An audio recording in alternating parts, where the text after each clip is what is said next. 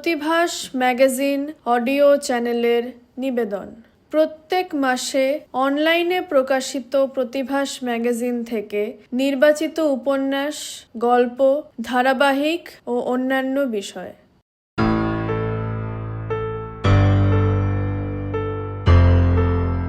উপন্যাস অনন্ত জীবন, অধ্যায় 6।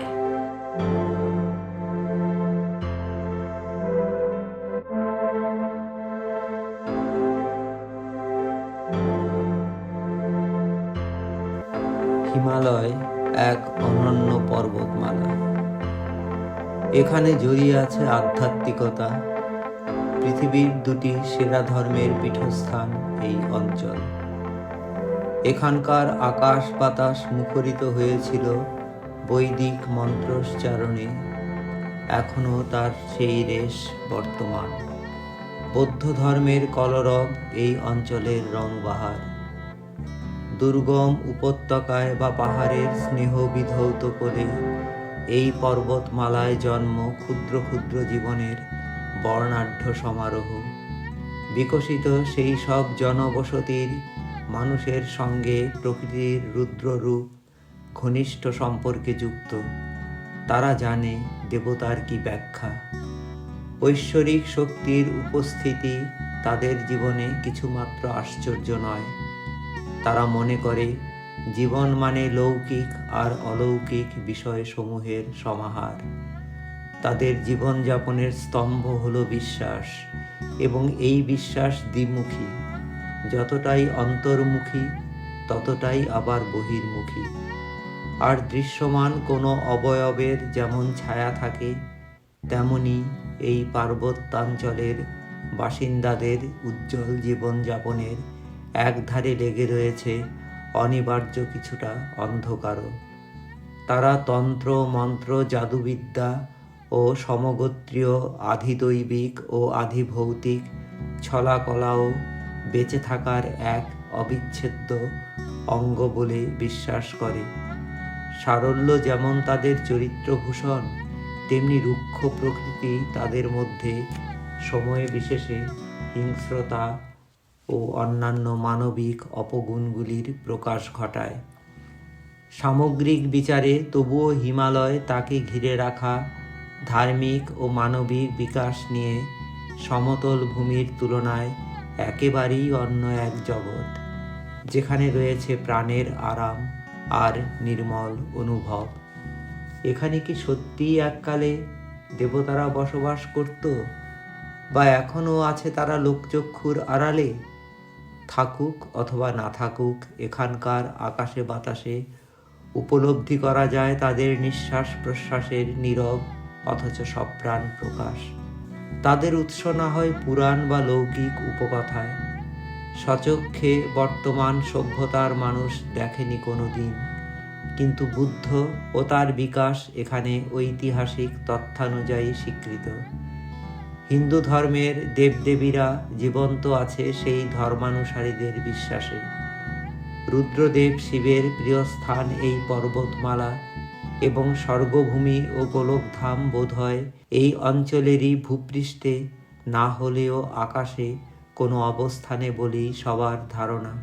হাজার হাজার বছর ধরে লক্ষ লক্ষ উপাসক সাধু সন্ন্যাসীরা এখানে অভাবনীয় দুর্গমতার কোলে আত্মগোপন করে তপস্যায় মগ্ন থাকতে অভ্যস্ত, এবং এখনও অনেকে সেই ধারা অব্যাহত রেখেছেন। কিসের আকর্ষণে, কিসের মোহে?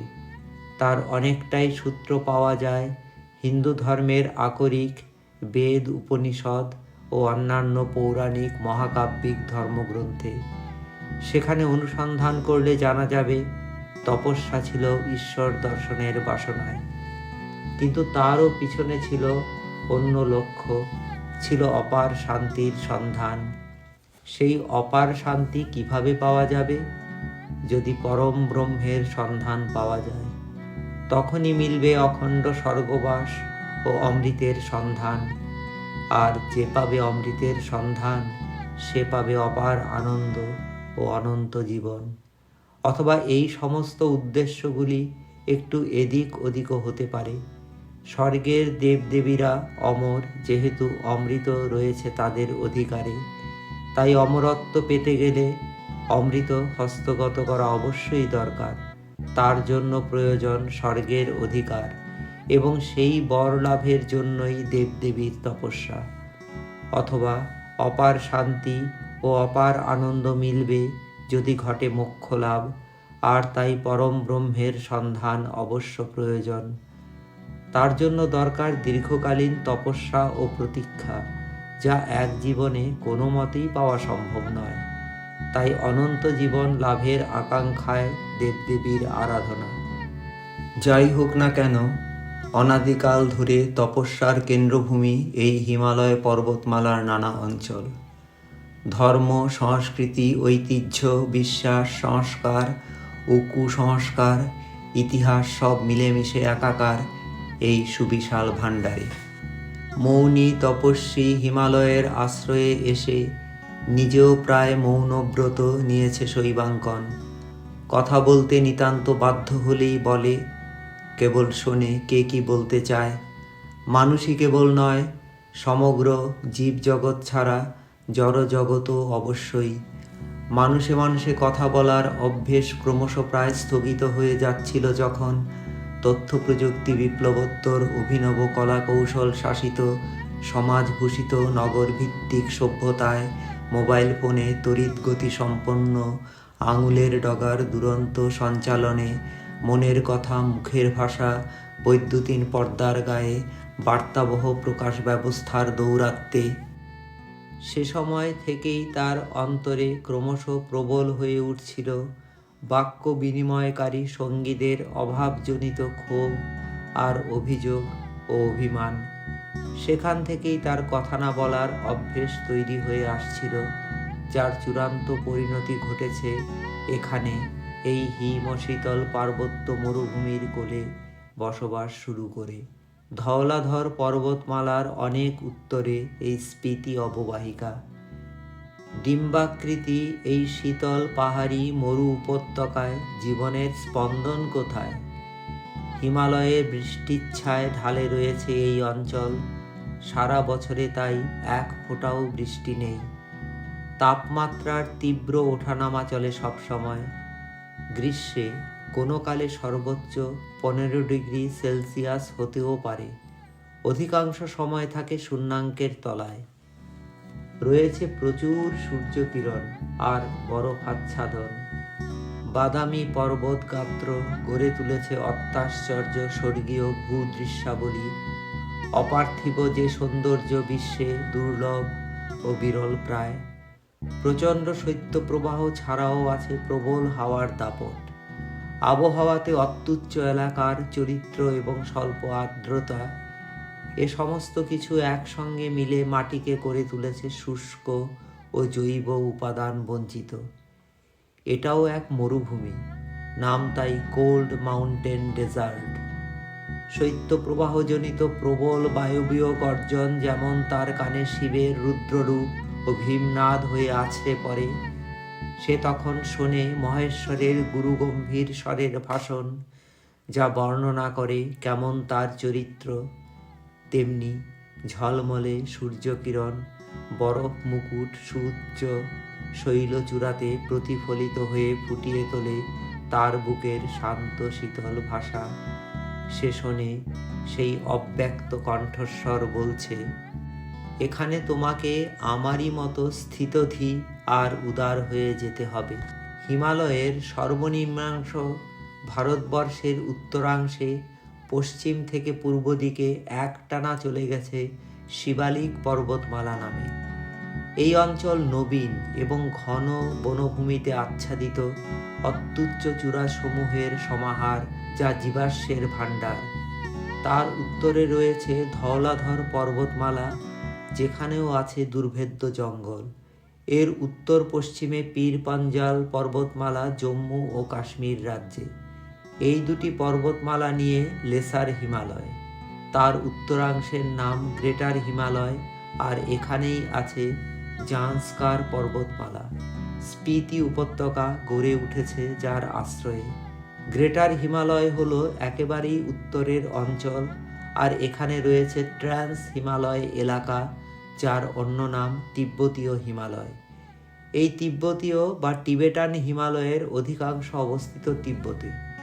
এর অন্তর্গত পর্বতমালাগুলি হল জান্সকার, লাদাখ, কৈলাস ও কারাকোরাম। পূর্ব পশ্চিমে 1000 কিলোমিটার এর বিস্তৃতি। তিব্বতীয় হিমালয় ও ট্রান্স হিমালয়ের সুপরিচিত নাম টেথিস হিমালয়। এই টেথিস হিমালয় জম্মু ও কাশ্মীর এবং হিমাচল প্রদেশ জুড়ে অবস্থিত, চলে গেছে তিব্বতে। এখানেই প্রাগৈতিহাসিক যুগে ছিল টেথিস মহাসমুদ্র। তারপর একদিন ভূগর্ভস্থ গাঠনিক থালায় হঠাৎই দেখা দিল মহা আলোড়ন। ইন্ডিয়ান প্লেটের সঙ্গে চায়না প্লেটের সংঘাতে সমুদ্র উধাও হয়ে মাথাচাড়া দিয়ে উপস্থিত হলো হিমালয় পর্বতমালা। টেথিস হিমালয়েরই অন্তর্ভুক্ত জান্সকার পর্বতমালা, যা তৈরি করেছে স্পিতি বেসিন বা স্পিতি অববাহিকা। সন্নিকটে দেবাদিদেবের বাসস্থান কৈলাস পর্বত, তারই দোসর প্রতিম জান্সকার পর্বতগুচ্ছ। আদিদেবের ধ্যানমগ্নতা পরিবেশের বহিরঙ্গে ও অন্তরে। শৈবাঙ্কন এখানে এসে সেই দৈবী মহিমা আবিষ্কার করতে পেরেছে। তার মনে হয় যে এখানেই কোথাও সুরক্ষিত আছে অমৃত ভাণ্ডার, জরাজীর্ণ জীবন, যার সংস্পর্শে প্রাণিত হতে পারে। স্বর্গ যে পৃথিবীর কোনো এক স্থান, এতে আর কোনো সন্দেহ নেই। সমতলে থাকার সময় সে জানত না হিমালয়ের পরিচয়। হয়তো স্কুল পাঠ্য ভূগোলের বইতে সে জেনেছিল জান্সকার পর্বতমালার কথা। কৈলাস তো নানাভাবেই সুপরিচিত। সে আরও জানত যে এখানেই স্মরণাতীতকালে ছিল টেথিস মহাসমুদ্র। কিন্তু সে জানত না টেথিস হিমালয়ের জান্সকার পর্বতমালার চেহারা ও চরিত্র কেমন। তারই সযত্ন প্রাচীরের ঘেরাটোপে যে জন্ম নিয়েছে অপরূপ স্পিতি উপত্যকা, সে কথা জানা ছিল না। আসলে জান্সকার পর্বতমালার সুখ্যাতি তার সুউচ্চ সুন্দর শিখরগুচ্ছ ও চিত্তবিমোহন ভূদৃশ্যাবলীর জন্য। এখনও তা বলতে গেলে অনাবিষ্কৃত থেকে গেছে। আর এখানেই লে লাদাখ অঞ্চলের তুলনায় সে স্বতন্ত্র। তার জনপ্রিয়তা ও পরিচিতি তেমন নয় বলে। তবে তার আকর্ষণ পর্যটকদের কাছে ক্রমশ বাড়ছে এই অঞ্চলের মনোরম জলবায়ু, বরফাচ্ছাদিত পর্বত শিখর, খরস্রোতা নদীগুলির জন্য। গ্রেটার হিমালয়ের টেথিস অঞ্চলে একগুচ্ছ পর্বত নিয়ে জান্সকার পর্বতমালা উত্তর ভারত থেকে তিব্বতের পশ্চিমাংশ পর্যন্ত 640 কিলোমিটার প্রসারিত দক্ষিণ পূর্বে। হিমাচল প্রদেশের কিন্নর উপত্যকায় আছে এর শিল্লাচূড়া, আর চাম্বা জেলাতে পাঙ্গিচূড়া। জান্সকার পর্বতমালা কিন্নর ও স্পিতি থেকে তিব্বতকে আর পাঙ্গি, চাম্বাকে লে লাদাখ থেকে বিচ্ছিন্ন করে রেখেছে। হিমাচল প্রদেশের উত্তর পূর্বাংশ বোঝায় তিব্বত ও ভারতবর্ষের মধ্যবর্তী অংশ। স্পিতি কথাটির মানেই হচ্ছে তাই। 15,059 ফিট উচ্চতা বিশিষ্ট কুঞ্জুম পাস লাদাখ আর স্পিতি উপত্যকার মাঝখানে দাঁড়িয়ে আছে। থমসন স্পিতি উপত্যকার চরিত্র জানার জন্য এক বড় অভিযানে গিয়েছিলেন। সে 1800 সালের কথা। সমগ্র উপত্যকার মাটিতে তিনি 3 জাতীয় বৈশিষ্ট্য লক্ষ্য করেছিলেন। একটি হলো জমাট বাঁধা মিহি কাদামাটি, দ্বিতীয়টি ত্রিকোণাকার পাটাতন, যা পর্বত গাত্র থেকে শিথিল ঢালে নেমে এসেছে নদীর দিকে আর শেষ হয়েছে তীব্র খাড়াই দিয়ে। আর তৃতীয়টি নদীগর্ভের ওপরে 400 থেকে 600 ফিট উচ্চতায় বিপুলাকার গভীর গহ্বর। স্পিতি নদী এই পাটাতনগুলির মধ্যে দিয়ে সুগভীর গিরিসংকট সৃষ্টি করে বয়ে চলেছে। শেষ দুটি বৈশিষ্ট্যের গাঠনিক উপাদান কাদামাটি, নুড়ি পাথর আর বোল্ডার। থমসন অনুমান করেছিলেন অতীতে এই উপত্যকা ছিল নিশ্চয় কোনো বিশালায়তন হ্রদ, কিন্তু তিনি কোনো নিশ্চিত ব্যাখ্যা দিতে পারেননি। কিভাবে এই উপত্যকার আবির্ভাব ঘটল তারও কোনো উল্লেখ ছিল না তার বিবরণে। এখন ভূবিজ্ঞানীদের গবেষণা প্রমাণ করেছে যে ভূগর্ভস্থ গাঠনিক প্লেটগুলির আলোড়নে ও সংঘর্ষে আদিম যুগে এই অঞ্চলের সমুদ্র সরিয়ে উপত্যকার উদ্ভব ঘটেছে। এসব তথ্য সবই জানে শৈবাঙ্কন। এখানে আসার পাকাপাকি সিদ্ধান্তে এসে পড়াশোনা করেছে এই উপত্যকা নিয়ে, এসে অনেকটা সময় জেনে নিয়েছে অনেক বিবরণ। যেখানে সে জীবনের বাসভূমি বানাবে তার স্বভাব চরিত্র জানবে না? তার আগে ঘুরে বেরিয়েছিল দেশের সম্ভাব্য অনেক জায়গায়। মানুষ আছে বা নেই এমন অনেক স্থানে। আরও অনেক সৌন্দর্যমণ্ডিত জায়গা তার বাসস্থান হতে পারত। তাদের অনেকেই কিন্তু নির্জন বা স্বল্প জনবিশিষ্ট। দৃষ্টিনন্দন ফুলের উপত্যকা ছিল কিছু পাহাড়ে ঘেরা, যেখানে কেবলই উৎসবের আয়োজন সারা বছর। কিন্তু সে চেয়েছে সবসময় অন্য কিছু, একেবারে নির্জন কিছু হবে এমন কোনো শর্ত ছিল না তার। আনন্দ থাকবে কি থাকবে না তারও ধার ধারত না সে। তবে এমন কোনো স্থানে সে যেতে চায়নি যেখানে থাকবে উৎসবের পরিবেশ বা চপল আনন্দ। তার চাহিদা ছিল গুরুগম্ভীর কোনো প্রদেশ, যেখানে আনন্দ বিরাজমান, মৌনতামগ্ন প্রশান্তি নিয়ে। তার কারণ কিছুটা ভিন্ন। কেবলমাত্র তথ্য প্রযুক্তি পোষিত আধুনিকতার ওপর বিতরাগ নয়। এই বিতরাগ তাকে জনকোলাহল থেকে দূরে বসবাসের ইচ্ছে জাগিয়েছিল। অত্যাধুনিক জনসমষ্টি বর্জন করার মনোভাবও এনেছিল তার মধ্যে, ঠিক, কিন্তু তাকে একেবারে শুরুতেই ঘরছাড়া করেনি বা এমন শান্ত সমাহিত গম্ভীর প্রদেশে বাসস্থান বানাবার কথা ভাবায়নি। তাকে ঘরছাড়া করার কারণ ছিল অন্য, তার জীবনের প্রধান শোক। আধুনিক জনসমাজের ওপর বিতরাগ হলো তার বিদ্বেষ, শোক নয়। দুটোই আঘাত, যদিও চরিত্রে ভিন্ন। তার জীবনের কি সেই শোক? ভারতবর্ষে ইংরেজ আমলের আগে কেন্দ্রীয় সাম্রাজ্য ব্যবস্থা যখন ভাঙনের মুখে, তখন লাহুল ও স্পিতি স্বাধীন অস্তিত্ব হয়ে ওঠে। স্পিতি ভ্যালির স্থানীয় শাসকদের উপাধি ছিল নোনো। তারা হয় দেশজ কোনো বংশের বা লাদাখ অঞ্চলের শক্তিশালী শাসকদের স্পিতিকে দেখাশোনা করার জন্য পাঠানো ব্যক্তিদের উত্তরপুরুষ। দশম শতাব্দীতে স্পিতিকে উপঢৌকন হিসেবে দেওয়া হয় লাদাখের রাজার 3টি ছেলের মধ্যে একজনের হাতে। তারপর থেকে দীর্ঘকাল স্পিতির ইতিহাস লাদাখের ইতিহাসের সঙ্গে একই ধারায় প্রবাহিত হয়ে এসেছে। স্পিতি স্বায়ত্তশাসন ক্ষমতা ফিরে পায় লাদাখের শাসকরা কালের নিয়মে দুর্বল হয়ে যাওয়ার পর। তখনও স্পিতিকে নিয়মিত মাসুল পাঠাতে হতো লাদাখ, চাম্বা ও কুলুতে। সপ্তদশ শতাব্দীর শেষ ভাগে লাদাখ তিব্বত যুদ্ধের পর স্পিতি সত্যি সত্যি স্বাধীন হয়ে যায়। কুলু উপত্যকার রাজা মান সিং স্পিতি দখল করে এই অঞ্চলে গা ছাড়া নিয়ন্ত্রণ বজায় রাখেন। অষ্টাদশ শতাব্দীতে নিয়ন্ত্রণ আবার ফিরে যায় লাদাখের হাতে। লে থেকে গভর্নর হিসেবে এই অঞ্চলের দেখভালের জন্য একজনকে পাঠানো হয়, কিন্তু সে এখানে থাকতো কেবল ফসলের মরশুমে। অন্য সময় সে স্থানীয় প্রশাসনের ভার ওয়াজির বা নুনোদের তত্ত্বাবধানে রেখে চলে যেত। দৈনন্দিন প্রশাসনিক কাজকর্ম দেখাশোনার জন্য বেশ কয়েকটি গ্রাম মিলিয়ে একজন গ্রাম প্রধান বা নেতা বাছাই করা হতো। অষ্টাদশ শতাব্দীর মধ্যভাগ পর্যন্ত স্পিতি থাকে ডোগরা সম্প্রদায়ের অধীনে। তারপর শিখরা পর্যুদস্ত হওয়ার পর ব্রিটিশ সাম্রাজ্যের অন্তর্ভুক্ত হয়। বুশারদের পুরুষানুক্রমিক ওয়াজির বা উজির মনসুখ দাসের তত্ত্বাবধানে রাখা হয় অঞ্চলটিকে। সমগ্র স্পিতি এলাকার জন্য উজিরকে বছরে 700 টাকা খাজনা হিসেবে দিতে হতো ব্রিটিশদের।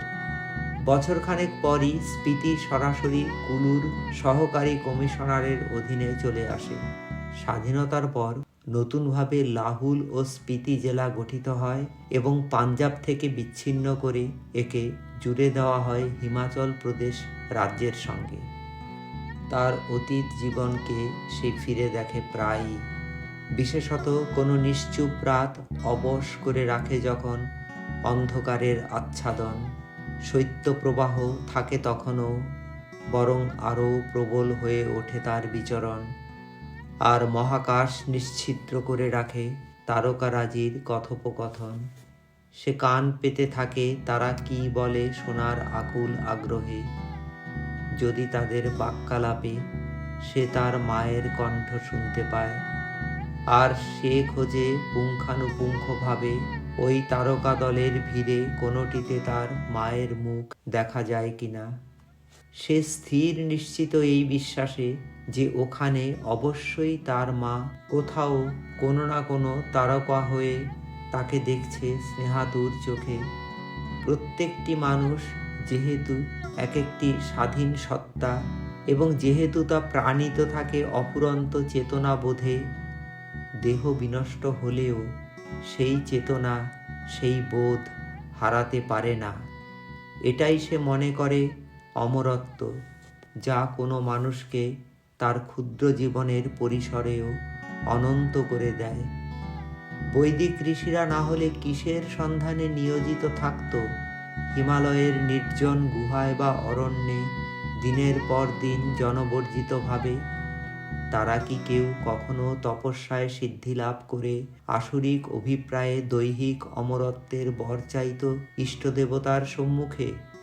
তারা সেই অমরত্ব, সেই অনন্তের সন্ধানে ব্যস্ত থাকত যা কোনো সত্তাকে তার সীমানা দিয়ে ঘেরা সুনির্দিষ্ট জৈব কাঠামোর অতি ক্ষুদ্র অবয়বের মধ্যে অমৃত আর অনন্তকে উপলব্ধি করতে শেখায়। সেই অনন্তের সন্ধান যে পায় সে নিজেও জীবন যে সত্যি অনন্ত তা বুঝতে পারে। সে এই দর্শন সমগ্র প্রাণ মন দিয়ে বিশ্বাস করে, যেহেতু সে বেদ, উপনিষদ, গীতা এবং অন্য সব সমগোত্রীয় রচনাসমূহ নিবিড় মনোযোগে অন্তরস্থ করে জানতে পেরেছে বৈদিক মুনি ঋষিদের ব্যবহার, কার্যকলাপ ও অভিপ্রায়। তাই সে জানে তার মাও হারিয়ে যেতে পারে না। সে তাই রাত্রির অন্ধকারে আকাশ অলঙ্কৃত তারকা দলের ভিড়ে খোঁজে সেই নির্দিষ্ট তারাটিকে যে তার দিকে তাকিয়ে আছে স্নেহপূর্ণ দৃষ্টিতে। কোন তারকাটিতে তেমন স্নেহ ঝরে পড়ছে সে তাকে খোঁজে ক্লান্তিহীন, বিরামহীন, কারণ সে জানে ওই তারাটি তার মা। তার নাগরিক মানুষজন ফেলে এমন এক পাহাড়ি নির্জনতায় চলে আসার এটাও একটা বড় কারণ, যেখানে এলে রাতের আকাশের সমস্ত তারাদের পাওয়া যায়। সভ্য সমাজের কৃত্রিম আলোকমালায় তেমনটি সম্ভব নয়, কারণ সেখানে বহু তারকা মুছে থাকে নাগরিক আলোর অত্যাচারে। নগরকেন্দ্রিক স্থানে তাই সব তারাদের দেখা যায় না। সে তাই এখানে এসেছে সব তারাদের একসঙ্গে আকাশে খুঁজে পাওয়ার বাসনায়, যেখানে সে জানে তার মা উপস্থিত, যত দুর্বলই হোক না কেন তার প্রকাশ। সে তাই চেয়েছে এমন একটি নিষ্কলুষ আকাশ যেখানে সে তার মায়ের সন্ধান পাবে। সে তার বাবাকে হারিয়েছিল অনেক ছোটবেলায়। তার কাছে বাবার স্মৃতি তাই অস্পষ্ট অনেকটাই। তারপর সে কয়েক দশক ধরে সঙ্গে থেকে দেখেছিল মায়ের সংগ্রাম, শূন্য থেকে তাদের জীবনে মাথা তুলে দাঁড় করিয়ে দেওয়ার অক্লান্ত একনিষ্ঠতা। তা কি সে ভুলতে পারে? এখানে এই জনবর্জিত প্রদেশে বসে সে শোনে নিরাকার দেবতাদের নির্বাক স্বর আর স্পিতি ভ্যালির আত্মার সংলাপ। মৌখিক বাক্য বিনিময়েরও সুযোগ হয় তার। পর্যটক, বৌদ্ধ ভিক্ষু, গ্রামবাসী ও মেষপালকদের সঙ্গে যখন দেখা হয়, ইচ্ছে হলেই সে চলে যায় তাবো, সেখানে আছে দালাই লামার প্রিয়স্থান বৌদ্ধ ধর্মের অন্যতম মুখ্য গবেষণা কেন্দ্র তাবো মনাস্ট্রি। ওখানকার বৌদ্ধ সন্ন্যাসীদের সঙ্গে রয়েছে তার প্রীতির সম্পর্ক। কখনো সে চলে যায় সুমদো, ধনকর, গিউ বা আরও দূরে কাজা পেরিয়ে কি মনাস্ট্রি। পিন ভ্যালি জাতীয় অরণ্যেও সে গেছে একাধিকবার। কাছে দূরের এমন অনেক ছোট বড় গ্রাম ও বৌদ্ধ গুম্ফাতে তার যাতায়াত লেগেই থাকে। গ্রামবাসী ও সন্ন্যাসীদের সঙ্গে মৌখিক বাক্যালাপ তো চলে বছরের প্রায় ৮-৯ মাস, কারণ প্রবল শৈত্যপ্রবাহের জন্য উন্মুক্ত অঞ্চলে বসবাস তখন কোনো মতেই সম্ভব নয়। তবে যখন সে একেবারেই একা থাকে, তখন সে নির্বাক অন্তরের ভাষায় কথা বলে নিরাকার দেবতা ও উপত্যকার প্রাকৃতিক বস্তুসমূহের সঙ্গে। তখনই সে বেশি ভাবে তার ফেলে আসা জীবনের কথা। শহর জীবনে থাকার সময় অনেক দিন আগে অখ্যাত এক লেখকের একটি গল্প পড়েছিল দৈবক্রমে। গল্পটির নাম মায়ের খোঁজে। সেই লেখক নিজেও ছিল মা অন্তপ্রাণ। আত্মভাষণ লিখেছিল সে মায়ের মৃত্যুর পর একটানা কয়েক দশক। তার দৈনন্দিন জীবনে রুটিন ছিল ঘুম থেকে উঠে সে অন্তত কয়েক লাইন লিখবেই জীবনের একাংশ, যাতে মা শব্দটির উল্লেখ থাকবে। হাজার হাজার পাতা সে লিখে রেখেছিল। সেই সব লেখার কিছু অংশ হাতে পেয়ে সে জেনেছিল যে শিশু বয়সে পিতৃহীন তাকে ও তার ভাই বোনদের মানুষ করতে গিয়ে তার মা জীবনপাত করে দিয়েছিল। সেও ভাবত মাকে সুখী করতে সে একদিন বিশ্ববিখ্যাত হবে, মায়ের জন্য অমরাবতী রচনা করবে। কিছুই সে করতে পারেনি।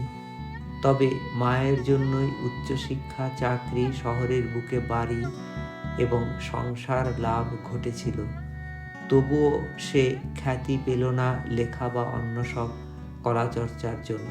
তার মায়ের মৃত্যু হলো। তার জীবন থেকে তারপর বেশ কিছু বছর হারিয়ে গিয়েছিল। শৈবাঙ্কন যেমন বাড়ি ছেড়ে পরিব্রাজক হয়ে স্পিতি ভ্যালিতে তার ঠিকানা খুঁজে পেয়েছে, সেই লেখক তারপর বিতৃষ্ণায় লেখা ও অন্য সব রচনা বর্জন করেছিল। তার জীবনে আর খ্যাতির মোহ ছিল না বলে। তারপর সে লিখতেও ভুলে গিয়েছিল। প্রায় 20 বছর পর আবার লিখতে গিয়ে সে দেখল আর লিখতে পারছে না। আপাদমস্তক অবসাদাচ্ছন্ন হয়ে চেষ্টা চালিয়ে যেতে যেতে আবার একদিন লেখনী সচল হয়ে যাচ্ছে বুঝতে পারল, এবং বাকি জীবনে বেশ কয়েকটি কাহিনী লিখে ফেলেছিল। ইতিমধ্যে জীবনের হারিয়ে যাওয়া প্রায় 2 দশকের এক সময় উদাসীন থাকার সুবাদে তার লেখা প্রায় কয়েকশো গল্প, কয়েকটি উপন্যাস ও কল্পবিজ্ঞান কাহিনী বাড়িতে রাখা কাজের লোক কিলো দরে কাগজওয়ালাকে বিক্রি করে দিয়েছিল। তাই 60 বছর বয়সের পর আবার লেখার ইচ্ছে ও ক্ষমতা ফিরে যখন পেল, তখন তাকে আবার সব নতুনভাবে শুরু করতে হলো। প্রথমেই সে লিখল ইটস মাই আইল্যান্ড বলে একটি উপন্যাস ইংরেজি ভাষায়, তারপর আরও এমন সব। মায়ের খোঁজে গল্পটি কল্পবিজ্ঞানের, আর সেটি ওই লেখক লিখেছিল তার মায়ের জীবদ্দশাতেই, নিজের মায়ের জন্য ভালোবাসা থেকে। যদিও সেই গল্পটি পরবর্তী সময়ে কাজের লোক গোপনে কাগজওয়ালাকে বিক্রি করে দিয়েছিল টাকার জন্য। শৈবাঙ্কন তার কথা জেনেছে লেখকের আত্মজীবনী থেকে। গল্পের মূল চরিত্র এক কিশোর বিজ্ঞানী, যার নাম ক্রমি। সে থাকে ভিন গ্রহে, পৃথিবী থেকে কয়েক আলোকবর্ষ দূরে। তার গ্রহে কোনো রাজনৈতিক প্রশাসক নেই, জানে না কেউ রাজনীতি কাকে বলে। তাদের গ্রহে সবাই জ্ঞানী ও বিজ্ঞানী, এবং তাদেরই আয়ত্তে গ্রহ পরিচালনার ভার। গ্রহের বাসিন্দারা সবাই চেহারায় মানুষেরই মতো দেখতে, এবং কেন তার অকাট্য কারণ দেখিয়েছিল লেখক বৈজ্ঞানিক যুক্তি দিয়ে বিচার করে। গ্রহের উন্নয়ন ঘটেছিল বিকল্প ধারায়, যাতে পৃথিবীরও উন্নয়ন ঘটতে পারত। তারা সবাই বস্তু নির্ভর পথে উন্নয়ন ঘটায়নি, আর তাই যুদ্ধবিগ্রহ, হিংসে, খুনোখুনি কাকে বলে জানতই না। তাই কোনো যুদ্ধাস্ত্র বানায়নি কোনো দিন। তবুও তারা সবাই অসম্ভব ক্ষমতাশালী ও প্রত্যেকেই বিকল্প শক্তির অধিকারী, যা কোনো মতেই শারীরিক নয়। তারাও মহাকাশে সন্ধান চালাতো অন্য কোনো প্রাণী সভ্যতার, সেই সন্ধানে সামিল ছিল ক্রমীয়। তখনও পর্যন্ত তেমন কোনো সন্ধান না পেয়ে তারা সবাই হতাশ ছিল। বিকল্প উপায়ে সভ্যতার উন্নয়ন ঘটাবার প্রক্রিয়ায় বিকল্প শক্তির অধিকারী হওয়ার সুবাদে তারা প্রত্যেকেই ছিল অনন্ত জীবনের অধিকারী। তবু মৃত্যু তাদের জন্য অনিবার্য ছিল। এই কারণেই ক্রমী যখন ভিনগ্রহী জীবন সন্ধানে ব্যস্ত, তখন তার মা একদিন হঠাৎ মারা গেল। ক্রমী মাকে অসম্ভব ভালোবাসতো, আর তাই সে এখন সব কিছু ছেড়ে ছুড়ে মাকে খুঁজে পাওয়ার বাসনায় মৃত্যুর পর সবাই কোথায় যায় তারই অনুসন্ধানে নিজেকে উৎসর্গ করল। তার গ্রহের জ্ঞানীগুণীরা তাকে আর কি বলেন, তার কাজে কেউ বাধা দিলেন না, যেহেতু সবাই জানতেন যে সে অকল্পনীয় প্রতিভার অধিকারী। মাকে খুঁজতে খুঁজতে সে একদিন অসাধ্য সাধন করে ফেলল। সে খুঁজে পেল তাদের গ্রহের অবিকল প্রতিরূপ এক অন্য পৃথিবী, আর অবিশ্বাস্য প্রতিভার সাহায্যে সে একটি আশ্চর্য উপায় আবিষ্কার করল, যা দিয়ে ওই বিকল্প পৃথিবীতে যাওয়া যায়। আর সেখানে গিয়ে সে দেখল যে তার মা মৃত্যুর পর অন্য পরিচয়ে হলেও সেখানেই উপস্থিত রয়েছে। ক্রমী যে বিকল্প পৃথিবীটাকে খুঁজে পেয়েছিল, সেটা আসলে আমাদেরই পৃথিবী, অন্য রূপে। বৈকালিক অবশূন্যতায় শিলাখণ্ডে উপবিষ্ট শৈবাঙ্কন স্পিতি ভ্যালির পাহাড় চূড়াগুলির দিকে উদাসীন চোখ ফেলে ভাবছিল, সেও যদি এই পৃথিবীর বিকল্প তেমন এক পৃথিবীকে খুঁজে পেত, যেখানে মৃত্যুর পর তার মা এখন বসবাস করছে। নেই কি সেই পৃথিবী? অনন্ত জীবন উপন্যাসের পরবর্তী অধ্যায় আবার আগামী শুক্রবার রাত 8টায়।